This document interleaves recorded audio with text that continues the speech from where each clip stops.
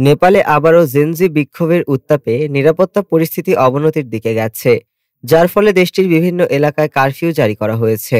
গত সেপ্টেম্বরের গণ অভ্যুত্থানে সাবেক প্রধানমন্ত্রী কেপি শর্মা ওলির পতনের পর এটিকে সবচেয়ে বড় সংঘর্ষ হিসেবে দেখা হচ্ছে।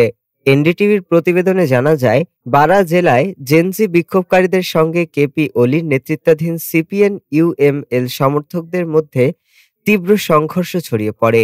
উত্তেজনা বাড়তে থাকায় প্রশাসন সব ধরনের জমায়েত নিষিদ্ধ করে এবং স্থানীয় সময় বৃহস্পতিবার রাত ৮টা পর্যন্ত কারফিউ বহাল রাখে।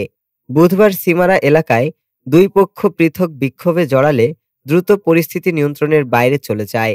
বিমানবন্দরের কাছে এলাকায় হতাহতির ঘটনাও ঘটে। নেপাল পুলিশের মুখপাত্র অভিনারায়ণ কাফলে জানিয়েছেন, গুরুতর আহতদের খবর এখনো পাওয়া যায়নি। অন্তর্বর্তী প্রধানমন্ত্রী সুশীলা কার্কি জনগণকে শান্ত থাকার আহ্বান জানিয়েছেন এবং সব রাজনৈতিক দলকে উস্কানিমূলক আচরণ থেকে বিরত থাকতে বলেছেন। তিনি বলেন, ২০২৬ সালের ৫ মার্চের নির্বাচনের আগে গণতান্ত্রিক প্রক্রিয়ার প্রতি আস্থা রাখতে হবে। আইনশৃঙ্খলা রক্ষায় নিরাপত্তা বাহিনীকে সর্বোচ্চ সতর্কতার নির্দেশ দেওয়া হয়েছে। বুধবার তিনি ১১০টিরও বেশি রাজনৈতিক দলের প্রতিনিধিদের সঙ্গে বৈঠক করেন। কার্কি বলেন, দেশের ভবিষ্যৎ নতুন প্রজন্মের হাতে গড়ে উঠবে এবং সে পথকে নিরাপদ ও স্থিতিশীল রাখতে সবাইকে দায়িত্বশীল হতে হবে। ডেস্ক রিপোর্ট, আজ বার্তা।